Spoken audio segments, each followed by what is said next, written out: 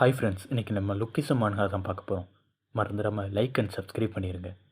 இந்த சாப்டர் ஆரம்பிக்கிறதுக்கு முன்னாடி போன சாப்டரில் ஒரு முக்கியமான விஷயத்தை மிஸ் பண்ணிட்டோம். டேனியல் பார்க் அவனுக்கு கிடைச்ச புது பாடியோட ஒரிஜினல் ஐடென்டிட்டியை தேடி வீட்டில் ஒரு ஸ்கூல் யூனிஃபார்மை பார்த்துருப்பான். அந்த ஸ்கூல் எங்கே இருக்குன்னு ட்ராக் பண்ணி இவன் போகிறப்ப மொத்த ஸ்கூலையும் இழுத்து மூடி வச்சுருப்பாங்க.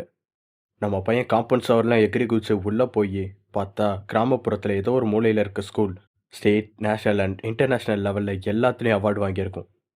எங்கே பார்த்தாலும் trophies, drawing, singing, karate, taekwondo, martial art எல்லாத்துலேயும் ட்ராஃபீஸை குவிச்சு வச்சுருக்கு.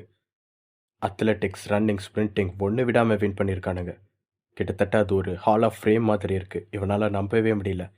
அப்புறம் இவன் க்ளோஸாக ஒரு விஷயத்தை கவனிக்கிறப்ப தான் நோட்டீஸ் பண்ணுறான். ட்ராஃபி ஒன்று விடாமல் எல்லாத்துலேயும் எழுதியிருக்கிறது ஒரே ஒரு பேர் தான், ஜேம்ஸ் லே. எங்கே பார்த்தாலும் இந்த ஒரு நேம் தான் பார்க்க முடியுது. இப்போ தான் இவனுக்கு புரியுது இந்த பாடி எதுக்காக இவ்வளோ ஸ்ட்ராங்காக இருக்குன்னு. இந்த சாப்டரோட ஸ்டார்டிங்கில் ஒரு டிவியில் செஃப் ஒருத்தன் பேசுகிறத காட்டுறாங்க.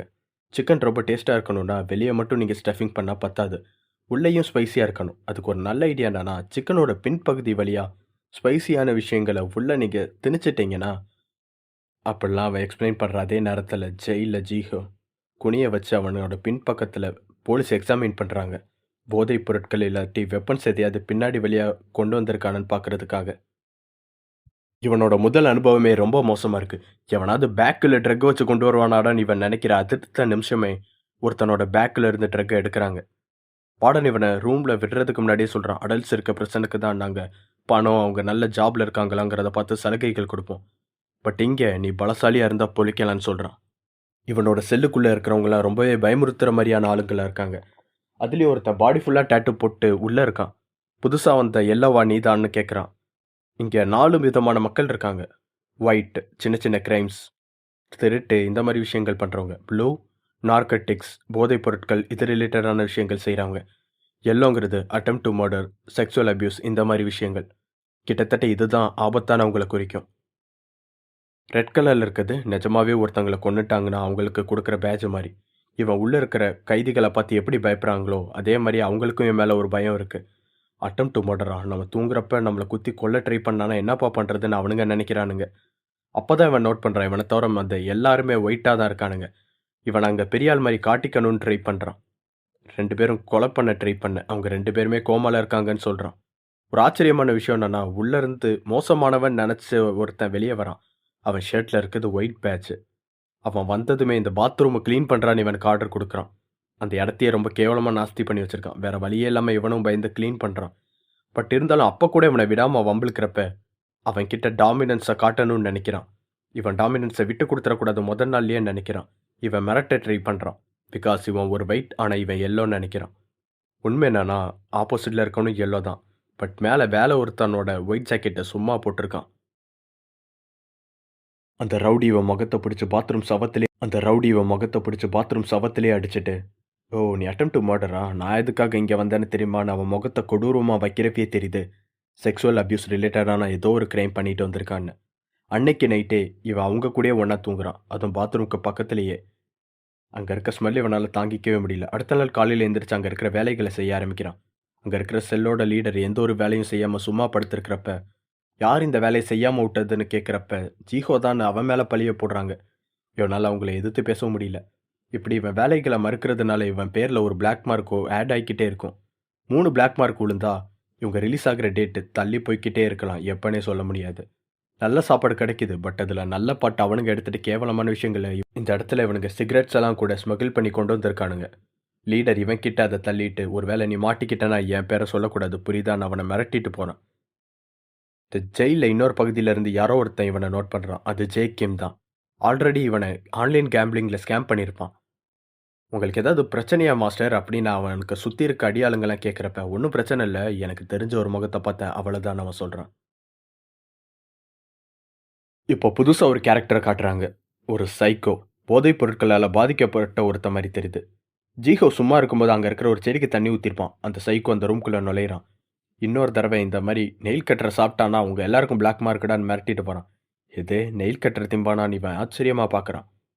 அந்த சைக்கோ என் செல்ல செடி ஜூலியட்டுக்கு ஒன்றும் ஆகலேன்னு வந்து பார்க்குறப்ப அந்த ஜூலியட்டுக்கு ஜீஹோ தண்ணி ஊற்றி வச்சுருப்பான். இந்த செடியோட பேர் தான் ஜூலியட் போல. ஜீஹோ தண்ணி ஊற்றுனதுனால இவன் மேலே ஒரு நல்ல அபிப்பிராயம் அவனுக்கு வந்திருக்கு. அங்கே ஜெயிலில் கூட ஒர்க் அவுட் பண்ணுவாங்க. பட் கொடுத்த டைம் தவிர மற்ற டைமில் இவனுங்க ஒர்க் அவுட் பண்ணானுங்கன்னா இவங்க மேலே பிளாக் மார்க் விழும்.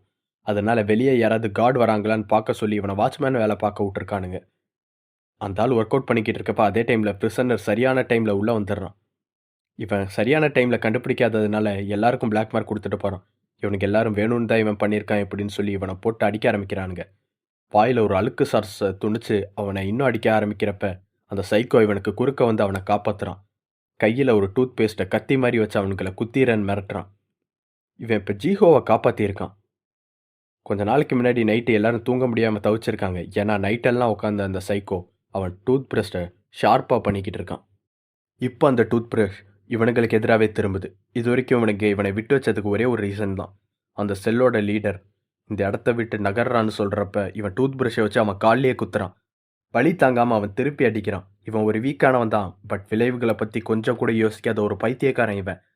அதனால் எவ்வளோ அடி வாங்கினாலும் காயப்படுத்திக்கிட்டே இருப்பான். இவன் கால் எடுத்து அவன் முகத்தில் வச்சு மறுபடியும் அந்த காலையே கடிக்கிறான். இதுக்கு மேலே இவனை கொல்லவும் முடியாது, அப்படியே விடவும் முடியாது. பிகாஸ் கொலை பண்ணிட்டா இங்கே நிரந்தரமாக இருக்கிற மாதிரி ஆயிரும். அதே டைமில் இவன் கிட்ட பிரச்சனையும் வச்சுக்க முடியாது. இவன் எப்படி டீல் பண்ணுறதுன்னே யாருக்கும் தெரியல. பட் இதை யாருக்காக அவன் பண்ணான்னு மட்டும் எல்லாருக்கும் தெளிவாக தெரியுது. ஜீஹோவை காப்பாற்றணுங்கிறதுக்காக தான் இவன் இதை பண்ணியிருக்கான். இதிலருந்தே இவனோட லைஃப் கொஞ்சம் பீஸ்ஃபுல்லாக மாறுது. அந்த சைக்கோக்கு பயந்து யாருமே அவன் கிட்ட வம்பிழுக்கிறது இல்லை. கொஞ்சம் நல்ல சாப்பாடு கிடைக்குது. இவன் அவனுங்க சாப்பாடையும் எடுத்து சாப்பிட்ற லெவலுக்கு போயிட்டான். அவனுங்களையும் மிரட்டவும் செய்கிறான். டேய் என்ன தைரியமாயிருச்சான்னு அவனுங்க மிரட்டுறப்ப ஆமாடா என்ன பிடுங்கிடுவீங்களான்னு இவன் அவங்களுக்கு எதிராக சவுண்டு கொடுக்குறான். அந்த சைக்கோக்கு பயந்து யாருமே அவனை தொடுறது கிடையாது. கொஞ்ச நாள் கழித்து அந்த சைக்கோவை மறுபடியும் அவனுக்கு ரூம்கே கூப்பிட்டு வர்றாங்க. ஜீஹோ அவனை அன்பாக வரவேற்கிறான். வண்டியாப்பா எப்படி இருக்க இப்படியெல்லாம். ஆனால் அந்த பையன் முதல்ல உள்ளே பார்த்தது அந்த செடியை தான். இவன் அந்த செடிக்கு தண்ணி ஊற்றாமல் அது வாடி போய் கிடக்கு. இப்போ வரைக்கும் தெரியல அந்த செடியை பார்த்துக்கிட்டதுனால மட்டும்தான் இவன் நம்மளை நல்ல விதமாக பாதுகாத்திருக்காங்கிறது. பாடி போன செடியை பார்த்துட்டு அப்படியே கடுப்பாக இவன் முகத்தை பார்க்குறான். என் ஜூலியட்டுக்கு என்னடா ஆச்சுன்னு. அட்ட பாவி அதைத்தான் ஜூலியட்டுன்னு சொன்னியாடா, அப்போ நான் உன் ஜூலியட் இல்லையா அப்படின்னு ஜீஹோ செம்ம ஷாக் ஆகுறான். இவன் அவனை கொலை பண்ண கிட்டத்தட்ட ஒரு செடிக்கு தண்ணி ஊற்றாதால இவன் செத்து போயிருப்பான். பட் கடைசி நேரத்தில் 2 பேருக்கும் சேர்த்த மாதிரி ஷாக் கொடுத்து இவனை காப்பாற்றிருக்கானுங்க. மற்ற செல்மெட்ஸுக்கும் தெரிஞ்சு போச்சு இவன் அந்த செடிக்காக தான் சப்போர்ட் பண்ணியிருக்கான், ஜீஹோக்காக இல்லைன்னு. இவ்வளோ நாள் இவன் ஆடின ஆட்டத்துக்கு பல மடங்காக இவனுக்கு திருப்பி கிடைக்கிது. இவன் தலையை பார்த்தாலே தெரியும் வெறும் கையால் அவன் முடிகளை பிடுங்கி எடுத்திருக்காங்க. இந்த சாப்டர்லாம் ரொம்பவே டார்க்காக ப்ரூட்டலாக போகும். கேன்டீனில் கூட என் மேலே சாப்பாட்டை வீசி விளாண்டுக்கிட்டு இருக்காங்க. பட் அந்த சாப்பாட்டில் இருக்க ஒரு சின்ன கரை பக்கத்தில் இருக்க டேபிளில் இருக்க ஒருத்தன் ஷர்ட்டில் படுது. அடுத்த செகண்ட் அவன் முகத்தில் சாப்பாட்டிலோட இருக்கு. அடுத்த செகண்ட் இவன் முகத்தில் சாப்பாடோடு இருக்க பிளேட் வந்து அடிக்குது. அந்த லீடரையே போட்டு அடிக்க ஆரம்பிக்கிறானுங்க சில பேர். அது ஜே கிம்மோட ஆளுங்க தான். அவன் மேலே கரப்பட்டதுக்கு தான் இப்படி ஒரு ரியாக்ஷன். இவன் அப்போ கூட சண்டைக்கு போகிறான். ஜே கிம் கிட்டேயே டேய் நிறுத்துறா ஸ்ட்ரெயிட்டாக மோத்துன்னு அவன் இவனை அடித்து தரையோட தரையாக நசுக்கி முடிக்க முடியாத அந்த இடத்துல ரத்தம் தெரிக்குது. ஜே கிம் போகிறதுக்கு முன்னாடி அவன் பழைய நட்புக்காக ஜீஹோக்கு ஒரு சின்ன அட்வைஸ் கொடுத்துட்டு போகிறான். நீ ஸ்ட்ராங் ஆகணும்னா ஒரு யுத்தத்தை ஆரம்பிக்கிறப்ப உன்கிட்ட இருக்கிற எல்லாத்தையும் கொடுத்து சண்டை போடணும். கடைசி ட்ராப் ஆஃப் உயிர் வர போனாலும் பரவாயில்லன்னு சண்டை போடணும். அப்போ மட்டும்தான் நீ ஜெயிக்க முடியும்னு. இதே டைமில் காட்ஸ் உள்ள வராங்க. ரத்த வெள்ளத்தில் நாக் அவுட்டே கிடக்கிற அந்த செல்லோட லீடரை பார்த்துட்டு யார் இப்படி பண்ணதுன்னு விசாரிக்கிறானுங்க. அங்கே இருக்கிற மொத்த பேரும் எல்லாரும் கை தூக்குறாங்க ஒன்றா சேர்ந்து. நான் தான் செஞ்சேன்னு என்ன அரெஸ்ட் பண்ணுங்கன்னு எல்லாரும் முன்னாடி வரானுங்க. ஜீஹோ ஒரு விஷயத்த புரிஞ்சுக்கிறான். ஒரு புள்ளிக்கும் ஒரு லீடருக்கும் நடுவில் இருக்க வித்தியாசத்தை. கடைசியில் கீழே நாக் அவுட்டை விழுந்து கிடந்தவனே எந்திரிச்சு நானே தான் சார் வலிக்கு உள்ளன்ட்டேன்னு சரண்டர் ஆகுறான். பட் அவன் போகிறதுக்கு முன்னாடி ஜீஹோவை மறைச்சு பார்த்துட்டு போகிறான். அன்னையிலேருந்து அவனுக்கு நடக்கிற டார்ச்சர் இன்னும் அதிகமாகுது. மிதிச்சிட்டு போனாலும் சாகாமல் வாழ்கிறதுக்கு துடிக்கிற ஒரு கரப்பாம்பூச்சியை அவன் பார்க்குறான். இதே மாதிரியே சாகக்கூடாதுன்னு நினைக்கிறான். ஒரு கட்டத்துக்கு மேலே இவன் இழக்கிறதுக்கு எதுவுமே இல்லாமல் போச்சு. அந்த செல்லோட லீடர் குளிக்க போகிறப்ப இவன் கையில் ஒரு பைப்பை உடச்சி அவனை கொல்றதுக்கு போகிறான். பின்னாடி இருந்து அவன் தலையிலே அடிச்சிருக்கான். அடுத்த நாள்லேருந்தே அந்த நியூஸ் காட்டுத்தீ மாதிரி பரவ ஆரம்பிக்குது ஜெயில் ஃபுல்லாக. புதுசாக அந்த பையன் அந்த செல்லோட லீடரே அடிச்சிருக்கான்னு. ஆனால் அவன் சாகலை. இவன் திருப்பி வரதுக்காக வெயிட் பண்ணிக்கிட்டு இருக்கான் அவனை கொல்லணும்னு. இவனை கடுங்காவலில் ஒரு சின்ன ரூமில் அடைச்சி வச்சுருக்காங்க. இவனால் சாயக்கூட முடியாது. கேமராவில் மானிட்டர் பண்ணிக்கிட்டே இருப்பானுங்க. குறைஞ்சபட்சம் அந்த ரவுடிங்க இருக்கிற இடத்துல இருக்கிறதுக்கு இந்த தண்ணீர் உள்ள இருக்கிறது எவ்வளவோ நல்லதுன்னு நினைக்கிறான். ஆனால் 3 நாளைக்கு மேலே இவனால் தாங்க முடியலை. ஜஸ்ட் இமேஜின், டிவி ஃபோனு வேறு ஆளுங்கன்னு யாருமே இல்லை. டைம் என்னன்னு கூட தெரியாது. நைட் இது பகல் எதுன்னு தெரியாது. ஒரு சின்ன ரூம், சரியாக தூங்கக்கூட முடியாது. ஒரு கியூபுக்குள்ளே அடைச்சி வச்ச மாதிரி இருக்கும். ஒரு கட்டத்துக்கு மேலே வெறும் கைகளால் அவன் முடியையே பிடுங்க ஆரம்பிக்கிறான். தன்னைத்தானே ஹேட் பண்ண ஆரம்பிக்கிறான். ஒரு பைத்தியக்கார மாதிரி நடந்துக்கிறான். இவன் முடிய அவங்க ஷேவ் பண்ணி விட்டுறானுங்க. இவன் முடிய அவங்க ஷேவ் பண்ணி விட்டாலும் அப்போ கூட விடாமல் சவத்தில் தலையை மோதி தன்னைத்தானே ஹெட் பண்ணிக்கிட்டே இருக்கான். இவன் ஒரு கட்டத்துக்கு மேலே கண்ட்ரோல் பண்ண முடியாமல் கத்துறப்ப பக்கத்து ரூம்ல இருந்து ஏதோ ஒரு சவுண்டு கேட்குது. டே வாயை மூடுறா, நீ மட்டும்தான் இருக்கன்னு நினைக்கிறேன், இங்கே நிறைய பேர் இருக்கோன்னு. பக்கத்தில் ஆளுங்க இருக்கானுங்கிறதே இப்போ தான் அவனுக்கு தெரிய வருது. சரி என்ன பண்ணிட்டு நீ உள்ளே வந்தேன்னு கேட்டதுக்கு என் ஃப்ரெண்ட்ஸ் 2 பேரையும் நான் தள்ளி விட்டுட்டேன், அதனால தான் உள்ளே வந்தேன்னு சொல்கிறான். அவனுக்கு சிரித்து இவனை கலாய்க்கிறாங்கன்னு தெரியுது. என்னை பற்றி கிண்டல் தான் பண்ண போகிறான்னு இவன் நினச்சா நல்ல வேலை செஞ்ச தம்பி, வெல்டன்னு பாராட்டுறானுங்க. என்ன விளாட்றானான்னு பார்க்குறதுக்கு. டே தம்பி, இந்த உலகத்தில் நியாயம்னு ஒன்று கிடையவே கிடையாது. இந்த உலகத்தில் அழகாக இருக்கவங்கள பாராட்டுவானுங்க, பட் அழகாக இல்லாதவங்கள பாராட்ட மாட்டாங்க. ஆனால் அழகாக இருக்கிறவங்க பிளாஸ்டிக் சர்ஜரி பண்ணியிருப்பாங்க, பிகாஸ் அவங்க கிட்ட காசு இருக்குங்கிறதுனால. இதெல்லாம் நியாயம்னு நினைக்கிறியா? ஸ்கூல்லேயே எல்லாருக்கும் நார்மலாக டீச் பண்ணுறப்ப எங்கே பார்த்தாலும் டியூஷன் சென்டர், ஸ்பெஷல் கோச்சிங்னு வச்சு நடத்துகிறானுங்க. பணம் இருக்கிறவங்களுக்கு அதிக எஜுகேஷன் கிடைக்கிது. இதுதான் உனக்கு நியாயம்னு படுதா? நீ எவ்வளோ தான் ட்ரைனிங் எடுத்துக்கிட்டாலும் உன்னால் ரொனால்டோக்கு ஈக்குவலான ஃபுட்பால் பிளேயர் ஆக முடியாது. பட் நீ அவனுக்கு ஈக்குவல் ஆகணும்னா அவனோட ஒரு காலை எடுத்துடணும். இங்கே உன்னோட வழியில் இருக்க எதையும் நீக்கிட்டு போகிறது தப்பே இல்லை, அதுதான் நியாயம். ஒரு சண்டையில் இறங்குனனா நீ அவனை கொல்றதுக்கும் ரெடியாக இருக்கணும், நீ சாகிறதுக்கும் ரெடியாக இருக்கணும். அப்போ மட்டும்தான் அவனால் ஜெயிக்க முடியும்டா. இப்போல்லாம் அவன் பேசுகிறப்ப தான் ஜேகேம் இவன் கிட்ட சொல்லிட்டு போனதுக்கு அர்த்தம் புரியுது. இவன் கடுங்காவல்லேருந்து வெளியே வர நாள் இது. இவனுக்காக தான் அந்த செல்லோட லீடர் வெயிட் பண்ணுறான். எப்படியும் இவனை கொண்டுருவான்னு இவனை சுற்றி நிறைய பேர் வேடிக்கை பார்க்குறானுங்க. ஆனால் ஜீஹு எதை பற்றியும் யோசிக்காமல் சட்டையை கட்டிட்டு சண்டைக்கு இறங்குறான். இவனை சுற்றி இருக்கிற எல்லாருமே பெட்டு கட்டுறானுங்க இவனுக்கு எதிராக. இவன் ஜெயிப்பானா தோப்பானான்னு இல்லை, இவன் எத்தனை செகண்ட் தாக்கு பிடிச்சி உயிரோட இருப்பான்னு. 10 செகண்ட், 30 செகண்ட், 20 செகண்ட்னு பெட்டு போகுது. ஆனால் அந்த இடத்துல அவங்க எல்லாரோட லீடர் ஜேகேம் ஜீஹோ தான் வின் பண்ணுவான்னு பெட்டு கட்டியிருக்கான். யாராலையும் இதை நம்பவே முடியல. ஆரம்பத்திலே ஜீஹோ செம்மையா அடி வாங்குறான். ஆனால் இவன் ஒரு மிருகம் மாதிரி நடந்துக்க ஆரம்பிக்கிறான். பக்கத்தில் வந்து அவன் மூக்கையே கடிச்சு துப்பிட்டான். எவ்வளோ அடி வாங்கினாலும் இவன் முகத்தில் பயமே தெரியல. இவனால் முடியலனாலும் மறுபடியும் எந்திரிச்சு வந்துக்கிட்டே இருக்கான். ஸ்டில் இவனை படுக்கப்பட்டும் முகத்து மேலேயே குத்துறப்ப இவன் உடஞ்ச பல்ல அவன் கண்ணிலேயே துப்புறான் ரத்தத்தோட. கொஞ்ச நேரத்துக்கு அவன் டெம்பரவரியாக பிளைண்டாக இருக்கிறப்ப அவன் தலையில் மாட்டி இந்த கட்டையே ஒரு கயிறு மாதிரி மாற்றி அவன் கழுத்தை நெரிக்கிறான். இவன் விட்டுருவான்னு நினச்சி பல விஷயங்கள் ட்ரை பண்ணுறான், பட் அது எதுவுமே வேலைக்காகலை. அதுக்கப்புறம் கொலை பண்ணணுங்கிற இன்டென்ட்டோட அவன் கண்ணை பார்க்குறப்ப ஒரு கட்டத்துக்கு மேலே இவன் பயந்து போய் பேண்ட்லேயே மூச்சா போயிட்டான். அந்த இடத்துல மற்ற போலீஸ்காரங்க அண்ட் செக்யூரிட்டிஸ் வந்து இந்த சண்டையை நிறுத்துறாங்க. அப்போ தான் ஒரு விஷயம் தெரியுது, யார் இந்த சண்டைக்கு நடுவில் வரக்கூடாதுன்னு ஜேகேம் தான் அவனுங்களுக்கு ஆர்டர் கொடுத்துருக்கான். நீ இது எஸ்கலேட் ஆகாதுன்னு சொன்ன, அதை நம்பி தானே நாங்கள் விட்டோம், இப்போ என்ன ஆச்சுன்னு பார்த்தியா அப்படின்னு சொல்கிறப்ப, நான் உங்களுக்கு 10 மடங்கு அதிகமாக பணம் கொடுக்குறேன்டா, இவனை விட்டுருங்கன்னு சொல்லியிருக்கான். ஜீஹோ மேலே இவனுக்குள்ள எந்த ஆக்ஷனும் எடுக்காமல் விட்டுட்டானுங்க. இவன் வாழ்க்கையில் முதல் முறையாக ஒரு சண்டையில் ஜெயிச்சிருக்கான். ஒரு விஷயத்துக்கு புரிஞ்சுக்கிறான், சாகிற வர சண்டை போட்டால் நான் தோக்கவே மாட்டேன்னு. அன்னையிலேருந்தே அந்த ஜெயிலில் இவன் மேலே ஒரு மரியாதை அண்டு பயமும் சேர்ந்தே பரவுது. ஸ்ட்ரைட்டாக இவன் ஜேகேம் கிட்ட தான் போய் கேட்குறான், எதுக்காகடா என் மேலே பெட் கேட்டேன் ஜெயிக்குன்னு. உன் கண்ணில் நான் அதை பார்த்தேன்டா, உன் கண்கள் ஒரே மாதிரியே இருக்குன்னு ஏதோ புரியாமல் பேசுகிறான் அவன். இப்படியே கொஞ்ச நாள் ஓடுது. டேனியல் பார்க் கோமாக்கு போன சோகத்திலேருந்து அவன் ஃப்ரெண்ட்ஸ் கொஞ்சம் கொஞ்சமாக மீண்டிருக்காங்க. ஜாக்லி ஒரு 80s ஃபேஷன் ட்ரெஸ் போட்டு மீரா கூட டேட்டிங் போகிறதுக்காக ரெடியாகிறான். அப்போ போய் பார்க்குறப்ப மீரா ஒரு கை குழந்தையோட வெயிட் பண்ணுறான். இவனால் இந்த அதிர்ச்சியை தாங்கிக்கவே முடியல. மீரா, நீ ஒரு குழந்தைக்கு அம்மாவா? இருந்தாலும் பரவாயில்ல, உனக்கு வாழ்க்கை கொடுக்குறேன், எப்படி இருந்தாலும் நான் உனக்கு வாழ்க்கை கொடுப்பேன்னு ஒரு முட்டாள் மாதிரி பேசுகிறப்ப இவன் தலையிலே அடிச்சு, டே இந்த குழந்தைய அவனை விட்டுட்டு போயிட்டான்டா, அதான் பார்த்துக்கிறேன்னு சொல்கிறான். முதல்ல இவனுக்கு குழந்தைங்கனாலே பிடிக்காது, பட் ஸ்டில் அந்த குழந்தையோட கண்ணம் மரிஷ்மல்லோ மாதிரியே இருக்கிறதுனால தொட்டு பார்க்கணுன்னு ஆசைப்பட்றான். அதுக்கு முன்னாடி கூட கை கழுவிட்டு தொட்டு பார்க்குறான், இந்த குழந்தைக்கு என்னால் எதுவும் ஆயிடக்கூடாதுங்கிறதுக்காக. பட் தொடறதுக்கு முன்னாடி அந்த குழந்தை கடுப்பாக இவன் கையை தட்டி விடுது. இவனுக்கு 2 பேரும் போலீஸ் ஸ்டேஷனுக்கு போகிறாங்க. ஜாக் கொஞ்சம் கொஞ்சமாக அந்த குழந்தை மேலே அட்டாச் ஆகிற மாதிரி தெரியுது. அந்த குழந்தை கூட இந்த கதையில் ஒரு இம்பார்ட்டன்ட் ரோலுங்க. போகிற வழியில் அப்பாவும் குழந்தையும் ஜோடியாக போகிற மாதிரி ஷூஸ் பார்க்குறான். வாங்கிறதுக்கு காசு இருக்கான்னு அந்த குழந்தைகிட்டே அவன் கேட்குறான். ஜாக், நீ பேசாமல் அந்த காஃபி ஷாப்லேயே வெயிட் பண்ணு, அதோட அப்பா அம்மா அங்கே வந்து தேட வாய்ப்பு இருக்குது, நான் இந்த குழந்தைய போலீஸ் ஸ்டேஷன் கூப்பிட்டு போகிறேன்னு அவன் சொல்கிறப்ப அந்த குழந்தைய அவன் கையை ஒரு மாதிரி அன்பாக பிடிக்குது. விட்டுட்டு போயிடுவானோங்கிற பயத்தோட இவன் அப்பயே உருகிட்டான். நான் கூப்பிட்டு போகிறேன்னு இவனே கூப்பிட்டு போயிருக்கான் போல. அந்த குழந்தையோட செல்ஃபி எடுத்துக்கிறதுக்கு அதுக்கு பேர்லாம் வைக்கிறான். ஜாக்குக்கு முன்னாடி இருக்க சே, மீராக்கு முன்னாடி இருக்க மீ. அந்த குழந்தையோட பேர் சாமின்னு வச்சிருக்கான் அன்னையிலேருந்து. அந்த பொண்ணு இவன் முடியை களைச்சி விட்டு, இவன் ஷர்ட் பட்டனெல்லாம் பிச்சு விட்டு, இவன் ஃபேஷனையே கெடுக்குது. அப்போ தான் பக்கத்தில் இருக்க ஒரு பாட்டி சொல்கிறாங்க, ஏன்பா கையிலே தூக்கியிருக்க, நடக்க விடலாம்ல, இந்த ஏஜ்லலாம் குழந்தைங்க நடப்பாங்கன்னு சொல்கிறான். அடி பாவி, இது தெரியாமல் தான் என் ஹேர் ஸ்டைலை களைச்சு என் சட்டையெல்லாம் கிழிச்சிருக்கேன்னு இவன் செம்ம கடுப்பாகிறான். இதே டைமில் இந்த பொண்ணு டோரை திறக்கிறப்ப வெளியேயே போயிடுச்சு. இவன் வர டைம் பார்த்து டோர் க்ளோஸ் ஆயிடுச்சு. ஓடுற மெட்ரோ ட்ரெயினில் ஒரு குழந்தைய தொலைச்சிருக்கான் இப்போ இவன். அடுத்த ஸ்டாப்பில் இறங்கி நெக்ஸ்ட் ட்ரெயினுக்கு இவன் வெயிட் பண்ணுறான். பட் 7 நிமிஷம் டிலே ஆகிருக்குன்னு போயிட்டுருக்கு. அவ்வளோ நேரம் வெயிட் பண்ண முடியாதுன்னு ஓடியே இந்த ஸ்டேஷனுக்கு இவன் போகிறான். போகிற வழியிலே இவனுக்கு ஆக்சிடென்ட் ஆகி இவன் ரொம்ப டேமேஜ் ஆகி ஹர்ட் ஆகி ரத்தம் சொட்ட சொட்ட அந்த குழந்தைய தேடிக்கிட்டு இருக்கான். அங்கே சுற்றி இருக்கிற எல்லாரும் இவனை ஹாஸ்பிட்டலுக்கு கூட்டு போக குறியா இருக்காங்க. பட் இவன் இந்த குழந்தைய தான் தேடுறான். குழந்தைய நான் தொலைச்சிட்டேன், எல்லாமே என் தப்பு தான் ஃபீல் பண்ணுறப்ப மீரா அந்த இடத்துக்கு குழந்தையோட வந்து நிற்கிறான். இப்படி தான் குழந்தைய கேர்லெஸ்ஸாக விடுவியாடா, நல்ல வேளை என் நம்பரை எழுதி இவன் பாக்கெட்டில் போட்டிருந்தேன், அதனால கிடச்சிருக்கான்னு அவள் பேசுகிறப்ப தான் இவன் ரொம்ப சென்டிமெண்ட்டாக ஃபீல் பண்ணி அந்த குழந்தைய கட்டிப்பிடிக்கிறப்ப உனக்கு ஏதாவது அடிபட்டிருக்கான்னு அப்போ தான் இவன் நோட்டீஸே பண்ணுறான். அடுத்த சீன்லேயே சாக் குழந்தைங்களை கேரி பண்ணுற மாதிரி ஒரு பேக்கை வாங்கி மாட்டியிருக்கான். மீரா கூட போகிறப்ப இதை ஏன் வாங்கினேன்னு அவன் கேட்குறா. அதுக்கு சூப்பர் பிராண்டு தெரியுமா, பேக்குக்கு போகிற வெயிட் லோடு குறைச்சி ஃப்ரீயாக ஹேண்ட்ஸ் யூஸ் பண்ணிக்க ஹெல்ப் பண்ணும். சூப்பர்லாம் இவன் பேசுகிறப்ப தான் அவன் ஞாபகப்படுத்துகிறான். சரி, பேரண்ட்ஸை பார்த்ததும் அவங்க கிட்ட இந்த பேக்கையும் கொடுத்துருவியா என்ன, இது நம்ம குழந்தை இல்லை, நம்ம பேசுகிறப்ப தான் ஞாபகம் வருது, என்ன ஆனாலும் இந்த குழந்தைய வேற ஒருத்தங்க கிட்ட கொடுத்து தான் ஆகணும்னு. அந்த இடத்துல இவனுங்களுக்குள்ளேயும் சில ரொமான்டிக்கான விஷயங்கள் நடக்குது. போலீஸ் ஸ்டேஷனுக்கு இவங்க போகிறதுக்கு முன்னாடி லாஸ்ட்டாக ஒரு தடவை சாப்பிட்டு போயிடலாம்ப்பா, செம்மையாக பசிக்குதுன்னு சொல்கிறான்.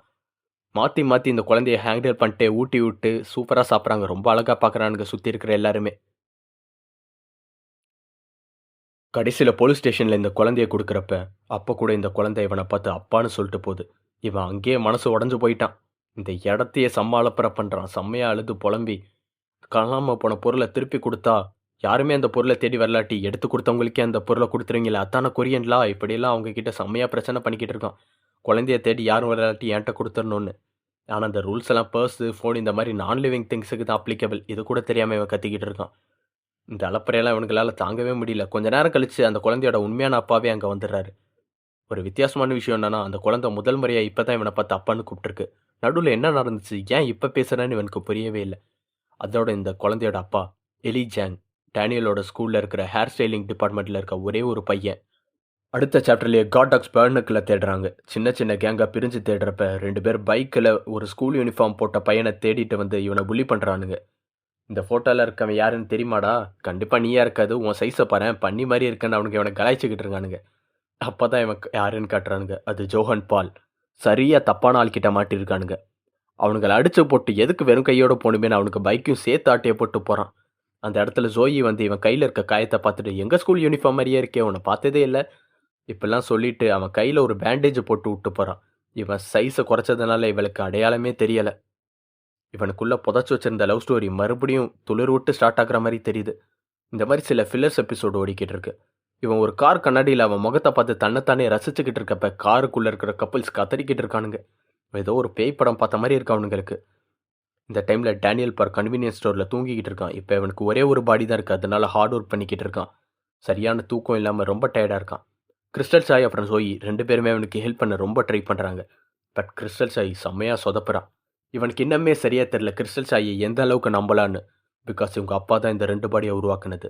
இதனால் நீ உதவி பண்ணதெல்லாம் போதும், இங்கேருந்து கிளம்புறியான்னு அவகிட்ட ரொம்ப மோசமாக நடந்துக்கிறான். இவளும் ரொம்ப சோகமாக அங்கேருந்து டிசப்பாயிண்ட் ஆகி கிளம்புறான். அதே மாதிரியே ஜோயியும் கிளம்ப சொல்லியிருக்கான். இவனுக்கு யார் கூடயும் இருக்க பிடிக்கல. இதே டைமில் அந்த ஸ்டோருக்கு வெளியே இருக்க கண்ணாடியில் நின்று இந்த சோகன் பால் இது எல்லாத்தையும் கொலவெறியோட வேடிக்கை பார்க்குறான். இவன் கரெக்ட் பண்ணலான்னு நினச்ச பொண்ணு டேனியல் பார்க் கிட்ட வலிஞ்சுக்கிட்டு இருக்கிறது இவனுக்கு சுத்தமாக பிடிக்கல. ஜோஹன் கொஞ்ச நாள் கழிச்சு இவனை ஒரு சந்துக்குள்ளே கூப்பிட்டு செம்மையாக புலி பண்ணுறான். ஆனால் இப்போ முதல்ல மாதிரி இல்லை, நான் எவ்வளோ மாறிட்டேன் டேனியல் நினைக்கிறப்ப இவன் எதுவுமே பேசாமல் அவனை போட்டு செம்மையாக அடித்து புலி பண்ணுறான். நான் எதுவும் மாறவே இல்லை, அவனுக்கு கீழ்ப்படிஞ்சு தான் நடந்துக்கிறேன்னு இவன் புரிஞ்சுக்கிறான்.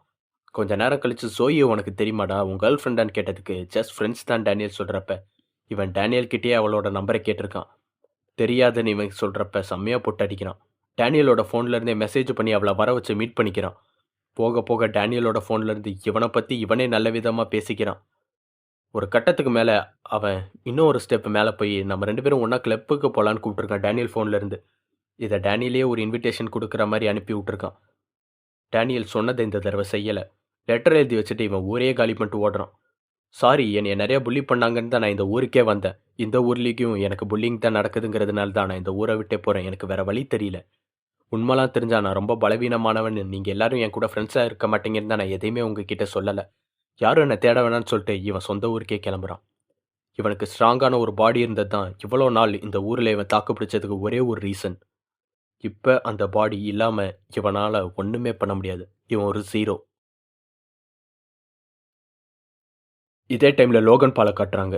கிளப்பில் ஜோயிக்காக அவன் வெயிட் பண்ணிக்கிட்டு இருக்க அதே நேரத்தில் மிச்சமீதி இருக்க காட்டாக்ஸும் ஒன்றா கூடி இவனை அட்டாக் பண்ண ஆரம்பிக்கிறாங்க. இவனும் சண்டை போட்டிருக்கான், கஷ்டப்பட்டு ஜெயிச்சிருக்கான். இவன் நினச்சா ஈஸியாக ஜெயிச்சிருக்கலாம் அவன் ரைட் ஹேண்டை யூஸ் பண்ணியிருந்தா. பட் ரைட் ஹேண்டில் ஜோஹி ஒட்டின ஸ்டிக்கர் கிழிஞ்சிடக்கூடாதுங்கிறதுக்காக வெறும் லெஃப்ட் ஹேண்டை வச்சே சண்டை போட்டு ஜெயிச்சிருக்கான். இப்போ இவனும் மோசமான நிலைமையில தான் இருக்கான். ஆக்சுவலாக இவன் ஃபீலிங்ஸ் என்னன்னு இப்போ வரைக்கும் புரியலை. தோற்று போன டேனியல் பார்க் ஸ்ட்ரெயிட்டாக அவன் வீட்டுக்கு தான் போகிறான். பட் கதவை திறக்கிறப்ப அவங்க அம்மா வேற யார் கூடயே ஃபோனில் பேசுகிறாங்க. இவன் மேக்கெல்லாம் போட்டு எது ஒன்றா வாழ்றதா? இல்லைப்பா, என் பையன் கூட இருக்கணும், என் பையனை விட்டுட்டுலாம் வர முடியாதுன்னு பேசுகிறாங்க. அவங்க யார் கூடலாம் பேசுகிறாங்கன்னு இவனுக்கு தெரியல. பட் அவங்களுக்குன்னு ஒரு வேளை ஒரு துணையை தேடிக்கிட்டாங்களோன்னு அவன் நினைக்கிறான். இதுக்கு மேலே அவங்க அம்மாவுக்கு நான் பாரமாக இருக்கக்கூடாதுன்னு நினைக்கிறான். அங்கேருந்து மறுபடியும் ஊருக்கு போகலான்னு நினைக்கிறான். பட் லாஸ்ட் பஸ்ஸை எப்பயோ இவன் மிஸ் பண்ணிட்டான். ஹோட்டல் எதுலேயுமே தங்குற அளவுக்கு இவன் கிட்ட காசு இல்லை. அதுவும் இல்லாமல் மைனர்ஸ் தனியாக தங்கவும் விட மாட்டாங்க. ஸோ ஒரு கேம் சென்டர் அண்ட் லைப்ரரி மாதிரி இருக்கிற ஒரு இடத்துல ரெண்டில் போய் தங்குறான். இந்த மாதிரி மைனர்ஸ் உங்கள் டைம் முடிஞ்சிருச்சு, எக்ஸ்ட்ராவாக காசு தரணும்னு அவனுக்கு கேட்குறப்ப பேக்கை பார்க்குறப்ப அங்கே பேக்கும் இல்லை, பர்ஸும் இல்லை. இவன் தூங்குற டைம் பார்த்து யாரோ திருடிட்டு போயிருக்காங்க. வேறு வழியே இல்லாமல் இவன் நடு தெருக்கு போயிருக்கான். வீடு இல்லாத ஹோம்லெஸ் பீப்புள் இருக்கிற ஏரியாவில் இவன் இப்போ தங்கியிருக்கான். ஒரு சின்ன சண்டை மாதிரி நடக்குது. அது இவன் பர்ஸுக்காக தான். அந்த இடத்துல அவன் அந்த பிச்சைக்காரன்களை மிரட்டி எங்கே இருந்துடா இந்த பர்ஸையும் பேக்கையும் எடுத்தீங்கன்னு கேட்டதுக்கு தெருவில் கடந்துச்சுப்பா, நாங்கள் ஒன்றும் திருடலன்னு சொல்கிறானுங்க. இவனால் நம்பவே முடியல. இந்த பர்ஸில் இருந்த பணம், இவனோட ஃபோன் எதுவுமே இப்போ காணோம். இந்த பிச்சைக்காரன் இவனுக்கு ஒரு நூடுல்ஸை கொடுத்து, உன்னை பார்க்குறப்ப என் பையனோட ஞாபகம் வருது, சூடு ஆகுறதுக்குள்ளே சாப்பிடு அப்படின்னு அவன் நல்ல விதமாக பார்த்துக்கிறான். இவன் வாங்கி கொடுத்த நூடுல்ஸை சாப்பிட்டு என்கிட்ட திருடின பணத்தில் தானே இந்த நூடுல்ஸ் வாங்கினீங்கன்னு அவன்கிட்டயே கேட்குறான். அந்த ஆள் தலையிலே அடிச்சுட்டு, டேய் உனக்கு சாப்பாடு போட்டவன்ட்ட இப்படி தான் பேசுவான்னு எரிஞ்சு விழுறான். நான் வீடு இல்லாமல் தான், ஆனால் ஏழை கிடையாது. இங்கே இருக்கிற எல்லாருக்கும் பின்னாடி ஒரு முக்கியமான கதை இருக்குது தம்பி, இது தெரியாமல் நீ பாட்டுக்கு தப்பாக பேசாதன்னு சொல்கிறான். காலையில் எந்திரிச்சு பார்க்குறப்ப அந்த பிச்சைக்காரங்க யாரையுமே காணோம். அதுக்கு பேர் அங்கே மைனர்ஸாக இருக்கிறவங்களே வீடு இல்லாமல் சுற்றுறவங்க தான் அங்கே இருக்காங்க. வீட்டை விட்டு ஓடி வந்தவங்க. கொஞ்ச நேரம் இவன் அவங்க கூட டைம் ஸ்பெண்ட் பண்ணுறான். அந்த கேங் ஒன்றா சேர்ந்து இவனையும் ஒன்றா சேர்த்துக்க பார்க்குறாங்க. திருடுறது, கொள்ளையடிக்கிறது, இந்த மாதிரி வேலைகள் பண்ணுறதுக்கு இவனை சேர்த்துக்க பார்க்குறாங்க. இந்த உலகம் நியாயமானது கிடையாது தம்பி, நம்மளும் அதுக்கேற்ற மாதிரி அட்ஜஸ்ட் பண்ணிக்கணும்னு சொல்கிறானுங்க. இந்த உலகம் நியாயமானது கிடையாதா? ஏன் அளவுக்கு அதை புரிஞ்சவனுங்க வேறு எவனுமே இருக்க முடியாதுடா. வாழ்க்கை ஃபுல்லாக நான் அதை தான் ஃபீல் பண்ணேன்னு நினைக்கிறான். பட் இருந்தாலும் இவன் வாழ்க்கையில் லேட்டராக மீட் பண்ண நண்பர்கள், இது வரைக்கும் இவன் லைஃப்பில் ஃபேஸ் பண்ண விஷயங்கள் இவனை தப்பான வழிக்கு போக விடலை. நான் அநியாயமே பண்ண மாட்டேன்னு நிற்கிறான் அப்போ கூட. நீ அநியாயமான வழியில் சம்பாதிக்கிறதுக்கு விரும்பலாட்டி நியாயமாக சம்பாதிக்கிறதுக்குன்னு சொல்கிறேன், என் கூட வரையான்னு அவனை கூட கூட்டு போகிறானுங்க. ஒரு பிரிட்ஜுக்கு அடியில் இருக்க டனலில் ஒரு பிச்சைக்காரன் இருக்கான். அவன் பிச்சைக்காரன் இல்லை, சிட்ஃபண்ட் கம்பெனி வச்சு மக்களை ஏமாற்றிட்டு அந்த பணத்தை தூக்கிட்டு இங்கே வந்து ஒளிஞ்சிருக்கான். நிறையா பணம் வச்சுருக்கான்ப்பா, திருடன் கிட்ட இருந்து திருடுறது தப்பே இல்லை. இவனும் அந்த பணத்தை எடுக்கிறதுக்கு உள்ளே வரான். அதே நேரத்தில் அந்த ஹோம்லெஸ் மேன் எந்திரிச்சிடுறான். முழிச்சு இவன் கூட சண்டை போடுறப்ப தான் தெரியுது, டேனியலுக்கு நூடுல்ஸ் வாங்கி கொடுத்த அதே பிச்சைக்காரன் தான் இவன். டேனியல் இந்த பிச்சைக்காரனை மேனேஜ் பண்ணிக்கிட்டு இருக்க அதே டைமில் பின்னாடி இருந்து அவன் தலையில் அடிச்சுட்டு அந்த பணப்பையை தூக்கிட்டு அவனுக்கு ஓடுறானுங்க. டேனியல் அவங்க கூட சேர்ந்து ஓடுறான். பட் பின்னாடி திரும்பி அந்த பிச்சைக்காரனோட முகத்தை பார்க்குறப்ப அவன் கண்ணில் இருக்க கண்ணீர் அவன் கிரிமினல் கிடையாதுன்னு சொல்லுது. அந்த பிச்சைக்காரனால் ஒரு கட்டத்துக்கு மேலே துரத்த முடியல. கீழே விழுந்து அடிபட்டு ரத்தமானாலும் அவன் துரத்திக்கிட்டே வரான். ஒரு கட்டத்துக்கு மேலே மனசு கேட்காம டேனியல் பார்க்கே நின்றுறான். டேய், நீங்கள் என்னை ஏமாற்றிட்டீங்களே, பணத்தை திருப்பி கொடுக்க போகிறேன் இப்பெல்லாம் அவன் சொல்லிக்கிட்டு இருக்கப்ப இவன் பேசுகிற எதையுமே கேட்காம அவங்க பேக்கை இழுக்கிறானுங்க. ரெண்டு பக்கத்தில் இருந்து ஸ்ட்ராங்காக இழுக்கிறப்ப மொத்த பேக்கும் கிழிஞ்சு அதுலேருந்து பணமே இல்லாமல் சில்லறையாக காசு சதறுது. அங்கே இருக்கிற எல்லா பிச்சைக்காரங்களும் அந்த பணத்தை பொறுக்கிற மாதிரி தெரியுது. இவன் அழுதுகிட்டே என் காசை யாரும் எடுக்காதீங்கன்னு கெஞ்சுறான், என் சாராக்காக இதை சேர்த்து வைக்கிறேன்னு. ஆனால் அந்த பிச்சைக்காரனுங்க, டேய் நீ யாருக்காக இந்த பணத்தை எவ்வளோ நேரம் சேர்க்குறேன்னு எங்களுக்கு தெரியாதுன்னு நினச்சியா? உன் பணத்துக்கு எப்படா நாங்கள் ஆசைப்படுவோன்னு கலெக்ட் பண்ண மொத்த பணத்தையும் இவன்கிட்டே கொடுக்குறானுங்க. பல வருஷமாக பிச்சை எடுத்து எல்லாரும் டொனேஷன் கொடுக்குற அமௌண்ட்டு கூட கொஞ்சம் கொஞ்சமாக சேர்த்து வச்சது இவன் பொண்ணுக்காக தான் போல. எதுக்காகன்னு இப்போ வரைக்கும் தெரியல. பட் இவன் பொண்ணை பிரிஞ்சு இவன் இருக்கான்னு மட்டும் தெரியுது. இந்த கதை எல்லாத்தையும் டேனியல் பார்க்கும் தெரிஞ்சுக்கிறான். அன்னைக்கு நைட் இது எல்லாத்தையும் நினச்சி அவன் ஃபீல் பண்ணுறப்ப பின்னாடி இருந்து யாரோ ஒருத்தங்க பேட்டால் அவன் தலையில் அடிச்சுட்டு போகிறாங்க. அந்த டீனேஜ் பசங்க தான் அது. ஸ்ட்ரெயிட்டாக பணத்தோடு இருக்கிற அந்த பெரியவங்க கிட்ட தான் போவானுங்கன்னு தெரியும். பட் இவனால் எந்திரிக்கவே முடியல. இதே டைமில் டேனியலோட அந்த புது பவர்ஃபுல்லான பாடி எந்திரிக்கிற மாதிரி தெரியுது. பட் அவன் உண்மையான உலகத்தில் இருக்கானா இல்லை கனவு உலகத்தில் இருக்கானா, இது எல்லாமே அன்கான்சியஸாக நடக்குதான்னு இவனுக்கு எதுவுமே புரியலை. பட் இப்போ நான் இங்கே தூங்கி ஆகணும், அந்த குண்டு பாடியில் எந்திரிச்சே ஆகணும், அந்த பெரியவரை காப்பாற்றணும்னு நினைக்கிறான். பட் அப்புறம் தான் இவனுக்கு தோணுது, நான் எந்திரிச்சா மட்டும் என்னால் என்ன பண்ணிட முடியும், ஓடி போகிறத தவிர. இப்படிலாம் இவன் யோசிக்கிறப்ப ஒரு விஷயம் தான் இவன் மைண்டில் ஓடிக்கிட்டே இருக்குது. சண்டை போடணும், சர்வைவ் ஆகணும். நான் சண்டை போடணும்னு நினச்சிக்கிட்டே இருக்கான். இதே டைமில் இந்த டீனேஜ் பசங்க அந்த பெரியவரை அடித்து அவர்கிட்ட இருந்து பணத்தை பிடுங்க ட்ரை பண்ணுறப்ப டேனியல் பார்க் ஹர்ட்டானா கூட எந்திரிச்சு நடந்து வரான். ஒரு ஃபைட்டிங் ஸ்டான்ஸில் அவன் நிற்கிறான். இப்போ தான் எனக்கு புரியுது, சண்டையில் நான் ஜெயிக்கணும்னா எல்லாத்தையும் இழக்கிறதுக்கு தயாராக இருக்கணும். லைஃபையே நான் அதில் டிபெண்ட் பண்ணுற அளவுக்கு அந்த சண்டையில் நான் இறங்கணும். செத்தாலும் பரவாயில்லன்னு இறங்கணும்னு நினைக்கிறான். இதோட இந்த சாப்டர் முடியுது. அடுத்த சாப்டர் சீக்கிரமாகவே அப்டேட் பண்ணுறேன். வீடியோ பிடிச்சிருந்ததுன்னா கண்டிப்பாக மறக்காமல் லைக் பண்ணி சப்போர்ட் பண்ணுங்கள் ஃப்ரெண்ட்ஸ்.